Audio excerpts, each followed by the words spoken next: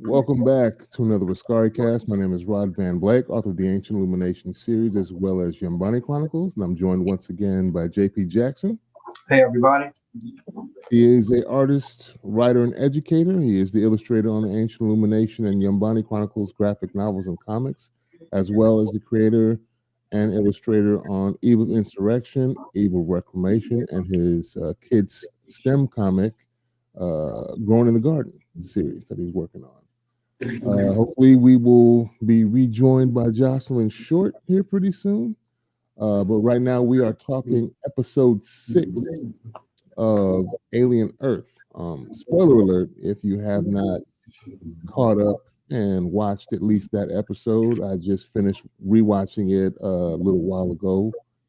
Interesting episode.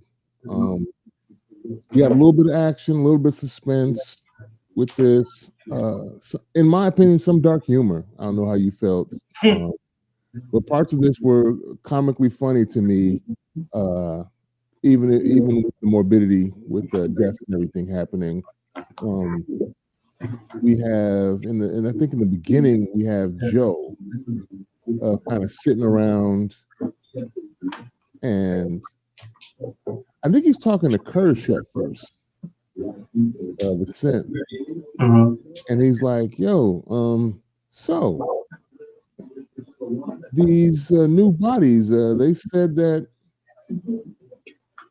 supposedly that whatchamacallit, one of the other synths talking about the Lost Boys and the other synths, they could last on one charge for 2 months." And Kirsch is just looking at him. And so he's asking how does he take care of his sister? Like, hey, so how do we do maintenance? And this was the most, if I had a drink at that moment, I don't know how y'all felt, but I would have spit my drink when Kirsch turns to Joe and goes, "That's like an onion taking care of a star." I was like, dang. He did say that. He did say that. That was wild. That was wild. Like, Insulting.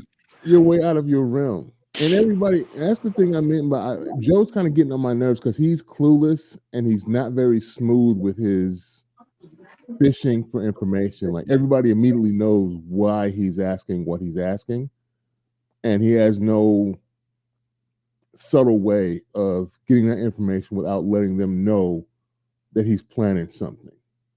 We even see that with his crew later on. His crew will ask, whatever you're planning, stop it.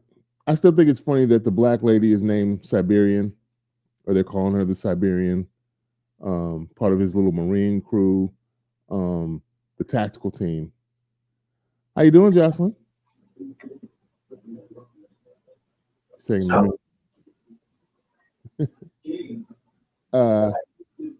I'm doing okay. My internet connection is deeply unstable. Okay. All good. All good. You here. We're glad you're here. Talking episode 6. I was telling Jordan earlier that I thought this episode was kind of funny, with the sarcasm that they brought in this episode, in addition to this more serious tones that we usually get with Alien Earth, with horror aspect to it, the sci-fi nuances. I didn't expect the funny to come in this one. So Joe is trying to scheme to take. I don't know why he thinks he can take Wendy away. Go ahead. It's interesting because I feel like he himself is not moving like an adult. Like, he's not thinking logically. Like, he's thinking like, kind of reminds me of a child. It's like, "Oh, my sister back. So I'm do whatever I need to do to get her back." And then he ends up doing some very dumb things that just aren't logical. Like, bro, you can handle this differently if you're gonna try to steal your sister. And why do you think these corporations allow you to do that? It's crazy, right? Well, not only that, he's not that guy. Like, me coming from a Marine background, I was not infantry, but I know some folks that were infantry, and I'm familiar with Navy corpsmen, which is what Joe's character, Joe Hermit, reminds me of, is like a medic attached to a tactical military team. But in the Marine Corps, our docs, we call them devil docs, which are technically Navy personnel that are medical. are pretty much every bit a Marine as the unit that they're attached to. They go through everything. Their uniforms are just like ours. All the environments that we go into, they go into at the same time. But Joe doesn't seem to have any of the combat skill. He seems to be desensitized because he's seen a lot. When they were walking through the city and seeing bodies, he was able to triage and assess, injuries and diagnose what happened to the bodies as they're strewn about. But when the fighting came, he didn't seem to have it together to be able to fight anything. And that's what it's gonna take to leave this facility. And he's kind of Pink Panther, Inspector Clouseau in it, trying to get the information and devise a plan to get off this island that's stuck out in the middle of nowhere, as Siberian mentions to him, like, you ain't getting nowhere. Everything is tightly controlled. And that's why security is being tightened, because they think people are coming to get their monsters back. So that's going to be an issue for him trying to get off. Like, the only asset he really has, if she changes her mind, which up until this point, she clearly states Wendy wants to stay.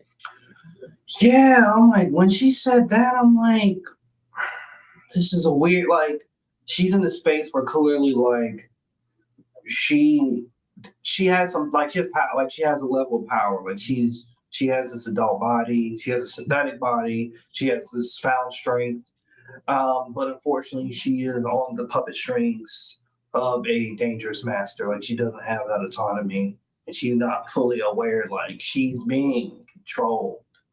Yeah. And it's like, man, this is, what did you expect was going to happen, Joe? The funny thing is about that, though, is that Joe, even though he thinks he wants what's best for her, even though she's a child, he's cutting in on her autonomy himself, thinking I could just make a plan, and he doesn't have a plan. He has no wherewithal to execute this thing. So you're gonna take me out of here and do what? He doesn't know how to take care of her. He doesn't know what she needs. He doesn't have the even if he did know what she needed, he obviously doesn't have the resources to maintaining that. And let's keep it real. The funniest part about him asking that was me thinking she's going to ultimately outlast you. Even if we just take his mortal body and her new body that she has now, and she's young, even if she's gonna outlast you. You're not gonna be around to take care of her. It's gonna, if anything, it's gonna be the reverse. You're gonna get old and decrepit, and she's gonna be maintaining you, but you're not gonna be servicing and maintaining the synthetic body. And have, we're gonna take you somewhere else. We're gonna live out this fantasy life where we go off as brother and sister and do our own thing and not be around all these dangers.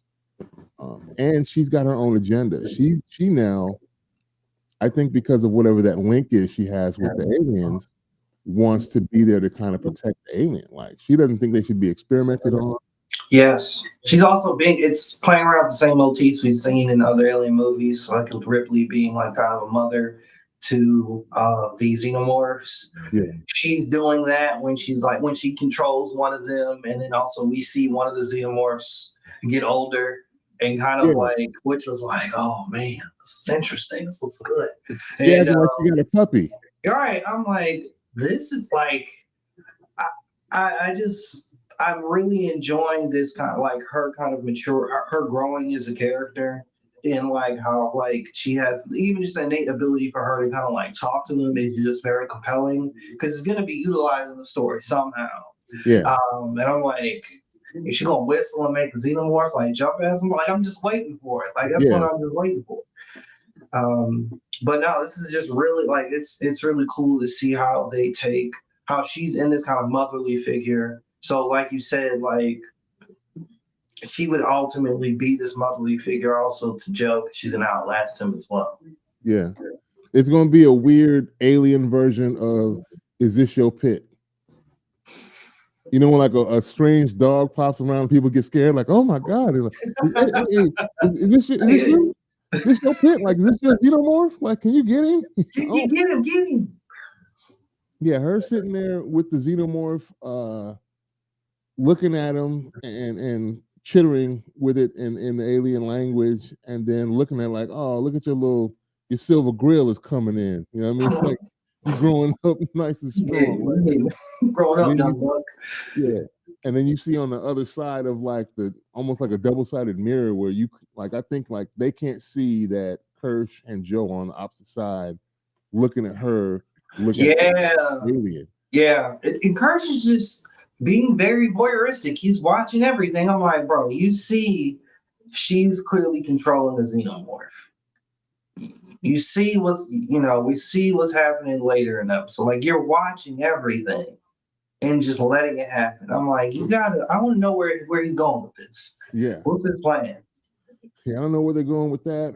And Kirsch is interesting. We were discussing this a little bit before we started going live about him just kind of, I don't know what his actual agenda, I don't know as an AI what his programming is. He locked in to do strictly what Boy Cavalier wants him to do, or does he have because of how freestanding Boy Cavalier's mentality is, I don't know, maybe he just programmed him to be his own entity. Like, do you have autonomy up to a certain point where, yeah, you're kind of off the leash, which he's probably just curious to see what you're gonna do, and don't know it could cause a risk because he seems to be letting things go awry. And we'll get to that later because in the next scene we get the like the little court session basically with the arbiter. The settlement, yes. Yeah, between Yutani, Wayland, and Prodigy. And my boy, I thought that was so weird when he walked in. No shit.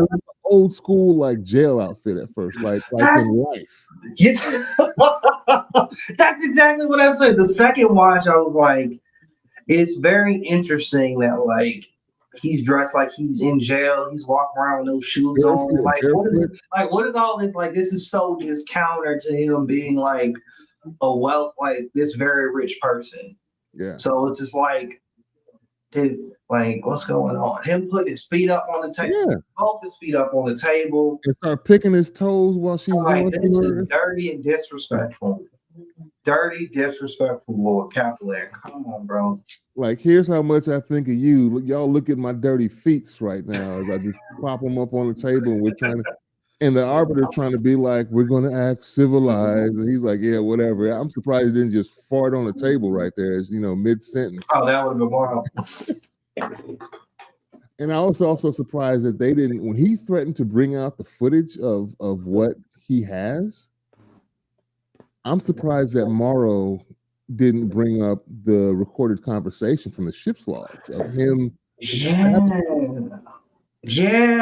that's this actually, now that you're bringing this up, this creates a plot hole. But like, this is actually a hole. Yeah, because like that information could have been given to Yutani, and she could have leveraged that in the meeting. Yeah, unless he thinks it's a failure on his part, Morrow. He does take the job a little too seriously. He's like, so dang, never mind. Yeah. This dude's trying to like save his own ass, and so like, never mind. I guess his ability to withhold that information and protect himself and his job. Dang. But at the very least, it alleviates Yutani from the liability that Boy Cavalier brings up. Like, this wasn't, because he says it himself, this wasn't an accident. Like, what if it wasn't an accident? And now you're liable for all the lives that I've lost. And I'm trying to figure out how to, take the ship without collapsing my buildings. And only to find out that he was the one that caused it to happen in the first place. Like, no, homie, the liability's with you. These are recorded conversations between you and the ship's engineer that purposely sabotage the ship, for the promise of you giving him some new body that you're working on. All right. Morrow has to, the more we talk about this, Morrow has to say something. He kind of he should. Dang. This is a dicey situation. He seems to be the only one with that information, aside from Kirsch. Oh, yeah, and then Kirsch, he downloaded everything. He downloaded everything. Then he deleted it, but Kirsch had already went through and you know, probably because he's a synth, as he watched it, he recorded everything. So, or maybe Kirsch didn't record that conversation, but he's in the know because he's under Prodigy. Right. He may have already known that part. Like, well, that's we can't. That's here. We could speculate. We could speculate on that one because the way Boy Cattle operates, he don't really. He's unhinged and just he tends to respond in very just strange irrational ways, but he's also decent at compartmentalizing people and things, so certain people don't know information, so he's doing that. yeah.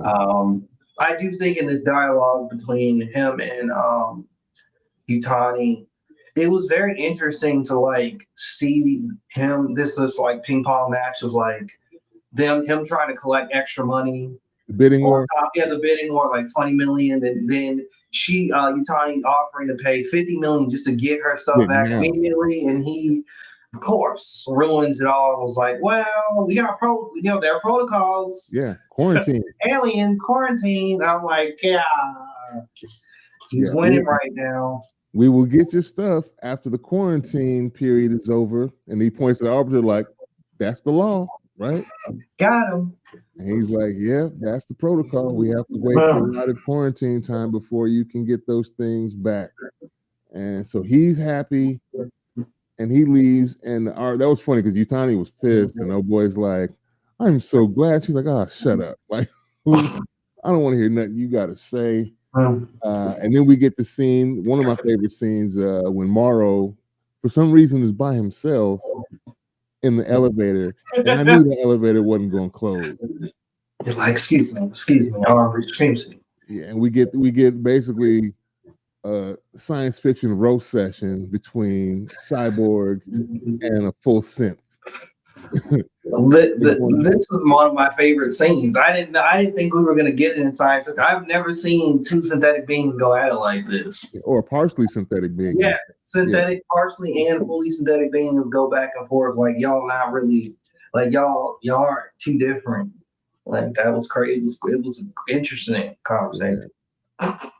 Yeah, you find out that you still actually a man and not all machine. And then he's like, yeah, but you the old model about to be replaced by the new model. How does that feel? The old toy. Yeah. It raises some really interesting questions of when Morrow was talking about like why he like, I enjoy killing synths. I'm like, bro, relax. You enjoy killing synths. And the fact they don't feel emotion, pain. Yeah. And just I think Purge kind of counters with the idea of like he said something about like watching someone's eyes pop, like before that he was like, I think that would be a big part of it because the pain lets the being know that they're actually still alive and you're not all machine. And then on the cherry on top was then he was like, yeah, when that eyeball pops.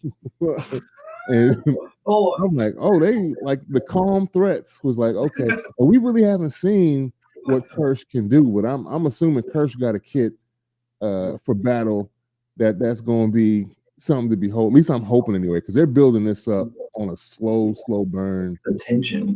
Yeah, and letting you know that, okay, I've seen what you can do, and you can be kind of remorseless. But I think Kirsch, as far as the no remorse, is on another level because he truly has no emotion, like at all. Like he don't care. These are all assets. These are experiments, and him watching and listening to Slightly talk tomorrow still amongst all this, and him having access to the monitors of everything, kind of just watching things things transpire at the lab. He seems to be doing his own off the record experimenting that are kind of like unsanctioned. Like I know he wasn't supposed to let somebody get face hugged, but if it so happens to happen, it's now a part of the control system that we have built into the lab, and I can watch it happen. And then we get Toodles. Can't call him Isaac. No, he don't get to be Isaac no more after the crap he pulled. I ain't even acknowledge his name. The name he gave himself. Dang. Because Kirsch gave him a chance. He should have taken Curly with him. But he wanted to be a big Where's boy. Curly? I can do this. Yeah. And he lied because Curly was right there. He said, "Is Curly with you?" He said no. He said, "But don't worry about it." You know, he almost needed to beat his chest. I got this. That's how we knew it was gonna fail. When he said, "I got this all by myself," I was like, "Yeah, buddy." And Kirsch, I like that comment about like remember to like follow scientific method. This is not it's not a suggestion box. Yeah, no, yeah, it's protocol. It's not a suggestion. Follow it to the letter. You know, feed the creatures. Take the notes, record it, and then follow the. He didn't even get the experiment of the day. He failed at feeding them. But basically he became part of the food actually. Oh man, that was... and the whatchamacallit, the lamb with the eyeball creature in the lamb watching them the whole time. And the xenomorph in the background did the little Spider-Man thing. Yeah, he was hanging upside down.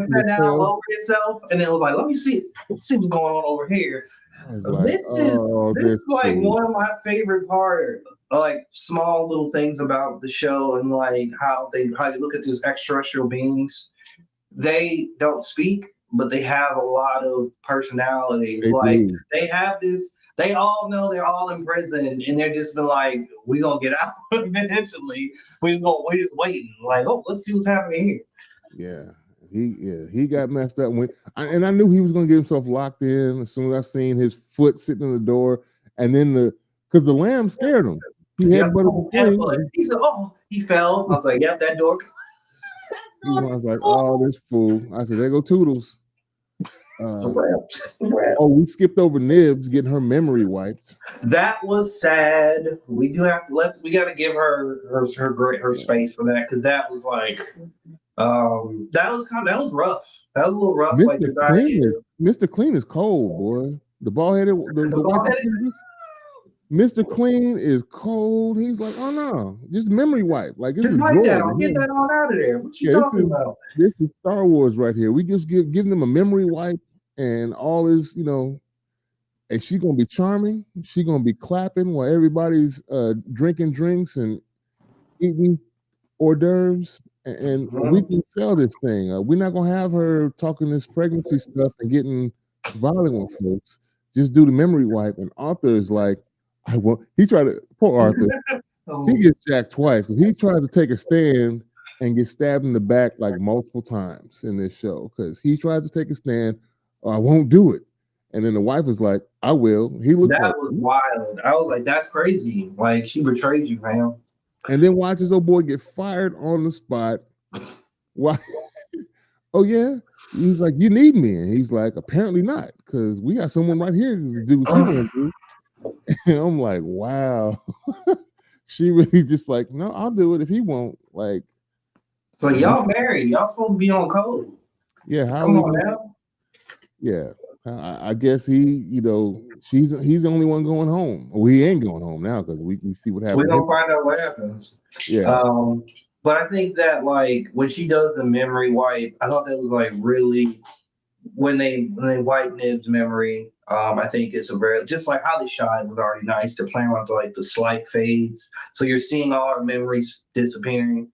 And I think that like when she comes back to, we get the conversation with Wendy, and how like you get that like it's that sadness of like clearly something's wrong. Like Wendy's helping her recall like, "Hey, we did this thing," or like her helping her recall certain memories, and she's just like, "What are you talking about?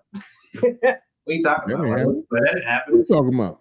And then you could tell that Nibs herself was like feeling more off about it as the like conversation progressed.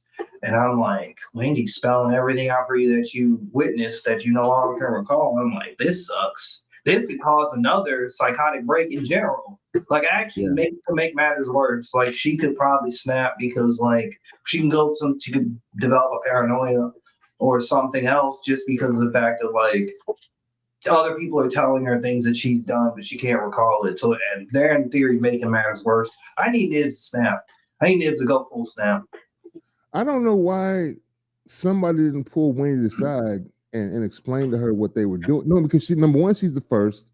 she's the wonderkin. She's the prodigy wonder child that's the top dog of the crew. But she knew that Nibs went with Damon Arthur and that something happened. So why would you make her aware of what's going on? Because now she feels betrayed. Like, what did you do? Because she's sitting there waiting in old girl's office, and because she's mad about what happened and upset, and what if the problem's you? And she walks off. Yeah. And that may be the thing that helps her kind of align with Joe and want to leave. But again, Joe ain't got no plan. The creepiest thing too was silently standing behind Joe as he starts to write. He's writing these goofy plans on a notepad with directions. Goofy plans don't make no sense. And my boy he's cracked. Slightly is cracked with that weird smile, cringe at the same time with his eyes wide open, standing behind him like nothing's wrong. And then Morrow talking in his ear like, let him know you gotta come with me. Oh yeah, it was funny when when Joe asked him what his name was, and then Morrow comes in and says his name, and I was like, that was clever. That was very clever. And I'm like, dang it, Morrow, get out of here. And then he kind of gets saved by the tactical team. Yeah, comes in because he was about to try and take him in there with the egg, and that would have been Joe getting face hugged. That would have been Joe. And hidden in the vent duct in the hallway. So yeah, that's gonna go crazy to see how this ends up because we're building up this confrontation. Now somebody's got to come get Arthur's body before the xenomorph gestates. That's true. And comes out, and him and Slightly hiding in that little ducts. But again, Kirsch knows they're there. He watched them get in there, and I'm not understanding why he's not hitting the panic button and letting Mr. Clean know that because Mr. Clean's still there. Is he a synth? The bald-headed dude? I want to hope he's not. But oh man, I'm gonna be nervous It would now. make more sense if he is to be as callous as he is.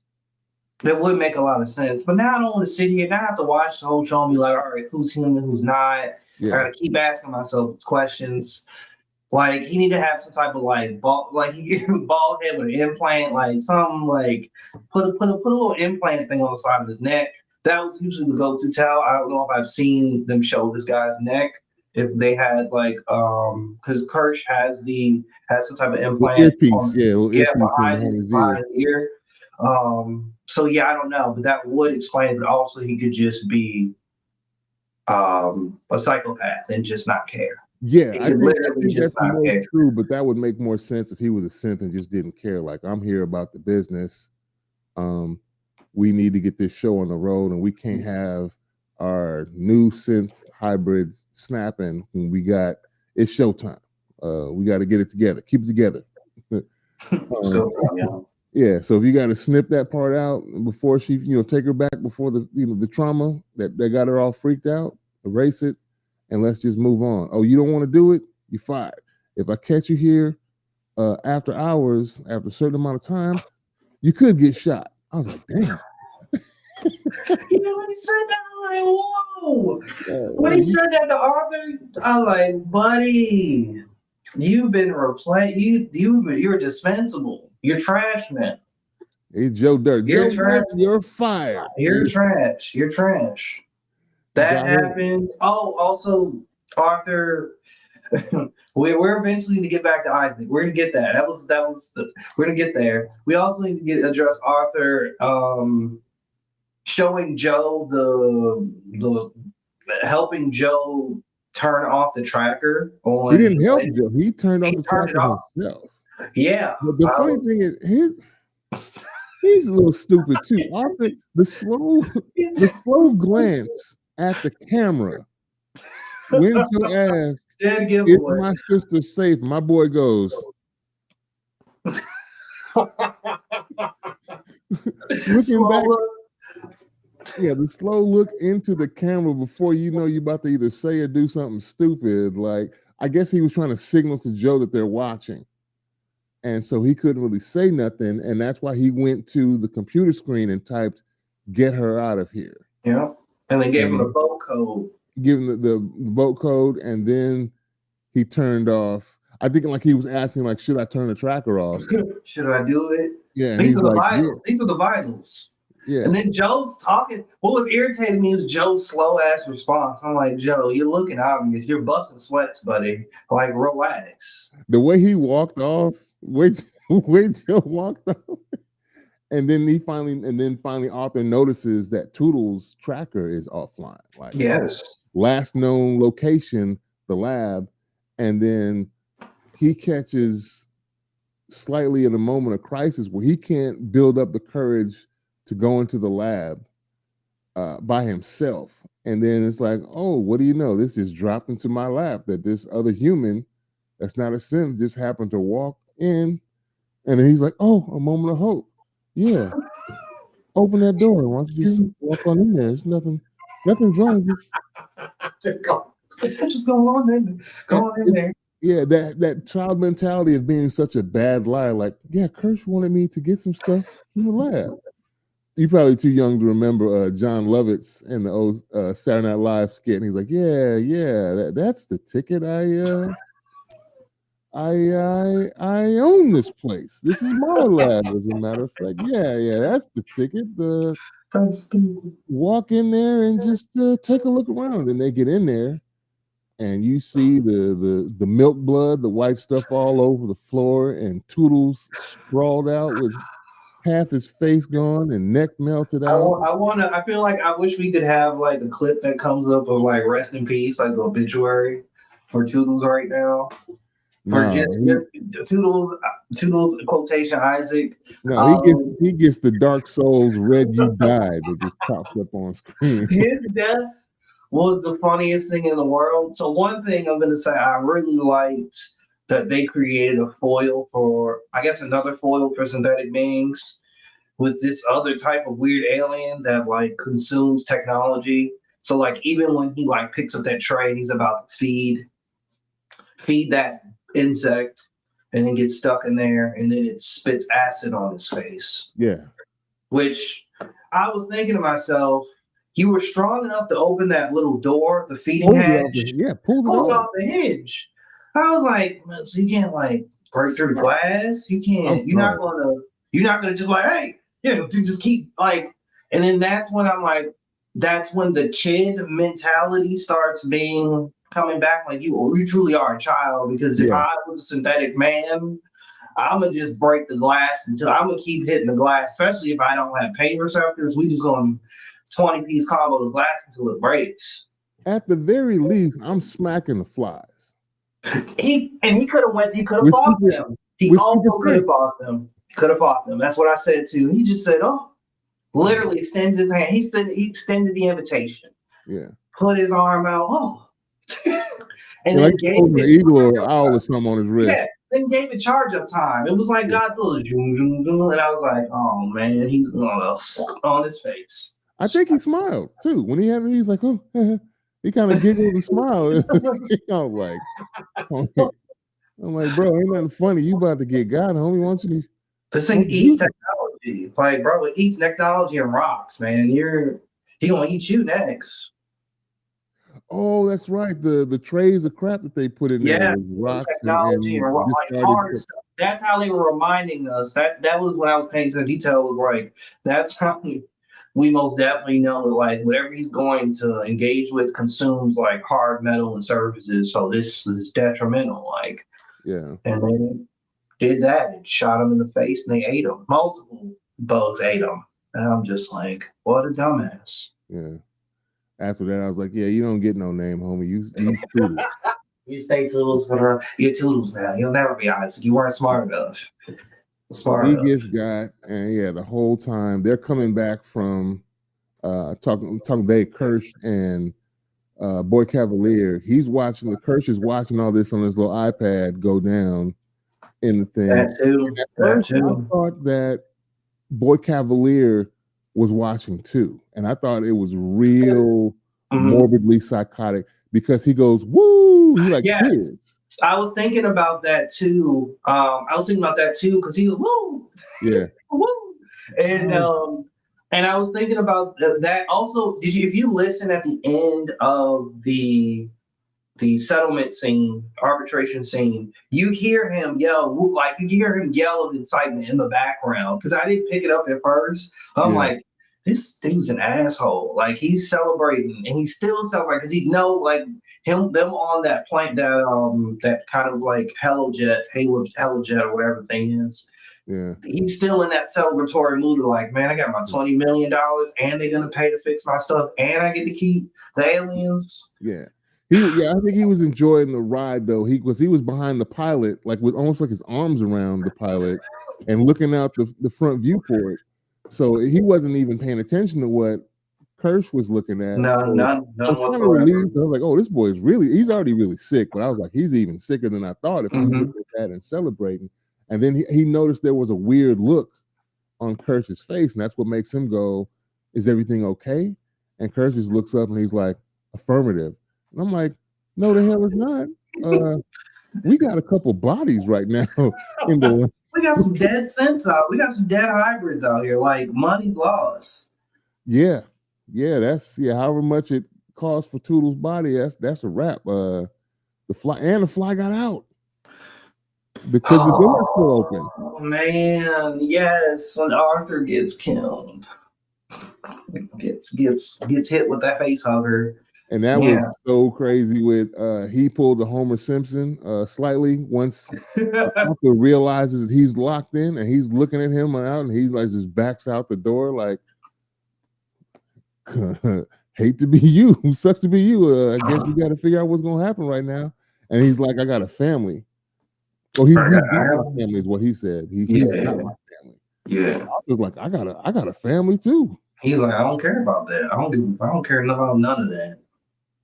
And then I call his name, and Arthur's on the ground with the face hugger just sitting there. Arthur, I'm like, he can't.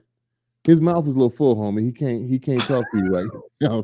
like, wake up, buddy. Like, no, it's too late. It's too late, buddy. You did what you did. Slightly, you did what you did. It's over, buddy. I think it was weird too that we don't hear any. After that, we don't hear anything from Morrow. I was expecting to hear like "well done" or some type of acknowledgement. Yeah, good boy. We'll be there in a little bit to pick that up. You just sit tight. We're on the way. You know what I mean? He didn't say nothing. He just let it ride. Don't let the bed bugs bite. Yeah. So I'm assuming that Morrow can see through slightly / Arush as well. Like he can see through his eyes. Did they confirm that? No, but it can't be just audio because he's trying to direct conversation and seems to know who he's talking to at the time. That is a strange part of this technology, but so interesting. Yeah. I mean, again, that's speculation too. It's not like you said, it's not confirmed. But the way the responses that we see from Morrow, depending on who Slightly is talking to, changes to make me think that Morrow can see who exactly he's speaking to at the time and is trying to guide those conversations to get what he wants. That's part of it. Also, remember, he's hacked into this like guy's auditory system, so it's like turn the mic on if you're the comms person and you like know a particular person's voice, you can know like, oh, he's in the room with such and such, oh, he's talking to such and such, and so you can easily develop a pattern recognition of like, all right, he's having a conversation with this person. What's the brother's name? The lost boy that wanted to play with Arush, and he like, oh, well, he was playing with. Was he playing with homegirl who was like, I learned French? But he wanted to play with Slightly, and Slightly was like, I gotta take care of this right now. If you just leave me alone, I'll take care of this real quick, and you can play as many games you want. And he giggles all goofy. Really? Okay. I'm gonna find out because I'm like, what is his name? Because he doesn't do anything. I wonder if he's not. Who's I'm trying to remember who Shmi was. I think he might be Shmi. Then he's Shmi? Okay, got it. If that's anything. Yeah, that should be him. Process elimination should be Shmi, yeah. Shmi, not Smeagol. No, I said Shmi. I didn't say Shmeagle. I Okay. didn't. There was I was like, that's a me. I word thought you ending. I didn't say Shmeagle. I didn't say Shmeagle. Yeah, said he's Shmi. my He is Shmi. precious. Shmi. I was Yeah, like, I no. know. That became, yeah, Shmi. That's him. Yeah, Shmi. He wants to just play and hang out and enjoy, and everybody around him is trying to be so serious. Curly's trying to get in good with Boy Cavalier whenever she can. Uh, Toodles, rest in peace. He's going to be an adult and a right scientist, and he messes up just feeding the animals and gets smacked up. So I'm wondering when Shmi's going to get his turn to do something. What's going to happen? Hopefully he don't get got. I just don't want him to get got. Hopefully he shows up, but it's not looking good for the rest of the crew. Yeah, everybody. I have a weird feeling these Sims. I'm not confident these Sims are going to make it. Only one I think has plot protection or plot armor is Wendy, of course. Wendy? But Yeah. Or perhaps, like you said, if Nibs snaps, but in a good way, and that aggression ends up being a boon to them in combination with the synth body that they have. But still enjoying the show very much. The tension is building nicely. I was surprised with the comedy we got in this episode. Really liking the characters. Morrow is an interesting foil. Kirsch is interesting. I'm hoping for some poetic justice with Boy Cavalier, and somehow he really just gets got in a horrible way. I don't know if that's going to come to fruition or not. it needs to happen. No, it needs to happen unless they get a season 2. But Yeah, and I'm still of the thought that he can get got and Kirsch can just take over with him and Mr. Clean. Mr. Clean, Yeah. take on over. Yeah, Yeah, that could work. Mr. Clean done punked Joe last episode and told him, look, you can either work for us or you can get the hell out and you owe us for that lung, or you can stay and be a company man. Which is it going to be? Then this week he tells Arthur, you won't do it, you fired. Your girl can do it. You won't do it. You can just pack yourself up, your clearance is gone, and if you're still here by a certain time, it's a good possibility you can get shot. Do with that information what you will. I'll be back in a bit. He just bounces. You better be gone. You better be gone when I come back. Like, he gone. Yeah. You got face on it, whatever. It's a wrap. Yeah. He's a wrap right there. Did we see the flies before? Because I think this is the first time we've seen the fly. I remember the tick. This is the first time they revealed the flies, but like it takes me back to me being confused on our first episode, where I wasn't even aware that like there were other creatures they had in containment, and I'm like, they did have a lot of different containments. Yeah, I think they had like eight different species. They just showing them off now. They just giving us this is what they caught. And I was like, all right, I didn't know y'all got this. Yeah, at first I think we only saw the xenomorph, obviously. Mm-hmm. The eyeball creature, the ticks that suck your blood out, and that's really all I remembered of them actually showing the first couple episodes. I wasn't aware of these weird Watto looking fly creatures. So I guess there's what, probably 4 more that they got to show us. Oh man, they got a lot of creatures they got to throw at us. Yeah, I'm still rooting for the sheep, the lamb, whatever the eyeball. I don't know that's I'm telling you, that's the hero right there. That's the true hero of the series. He's got to go, or it's got to go. That thing is, I think, is actually the villain, because I'm confused with certain scenes with the eyeball creature as to whether it's manipulating things to happen the way they do, or actually trying to warn. Because on the ship with the when the tick things took a Dukes in her water and just squirted those baby bugs into her water jug, I didn't know whether he was trying to knock the containment thing that he was in, or whether he was hitting the glass to warn her, like, hey, don't drink that. Watch out. It could have been a warning, like, you just took a Dukes in your water. Don't, throw that away. Don't do it. Don't do it, no. Watch out. Or perhaps it was like we were talking about before, if it was all in conjunction, like they're kind of teaming up for a jailbreak. Like, look, you getting a water bottle, I'm gonna knock this glass over. They While talked she's about it. distracted. Yeah, It's when like, she you can leaves the get her. room, Get I'll her with get one, out, and too. then we can break wide. So I don't know if it's a coordinated attack, and then it's smart enough to get out, because the bug things had opened the. Remember the episode before? And it was wild. The ability for them bugs to just open up that container was kind of wild to me. I'm like, how did y'all do? How are y'all that good? But I'm like, how are the humans that bad? Like, that's also true. Like, they are sentient creatures. I gotta remember that. But those humans were very stupid.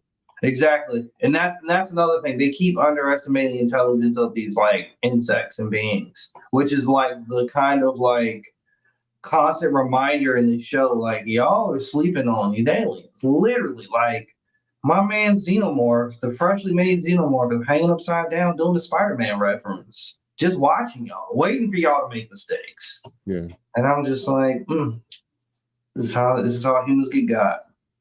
Yeah. Yeah, it's interesting to see how this is all going to culminate.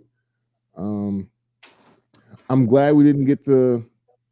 Would you say we got 2 more episodes? It's 8 episodes for this season. Yes, okay. And I have a nagging. I mean, they showed a trailer, so I think we're going to get an action episode for episode 7. Yeah.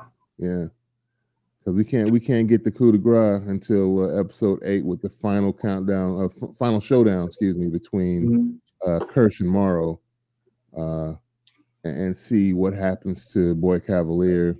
And even if it'd be cool too if Lady Watani gets in on it too. She get her hits in, but never mind. She a business owner. She not a fighter. I mean, she can come with her red guard, homie, and get busy. But the red guard's gonna do all the work. She's just there, you know.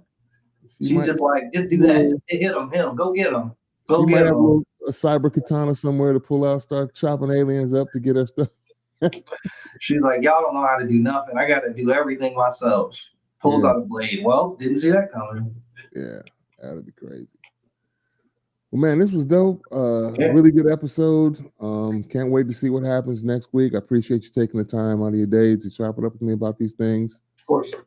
We've had a couple of lurkers that have popped in and out of the live. Thank you all, whoever you are, for stopping in. And if you're interested in our creative endeavors, as usual, when I upload this episode to Spotify, it will have links in the description with our websites in case you are curious about our creative endeavors.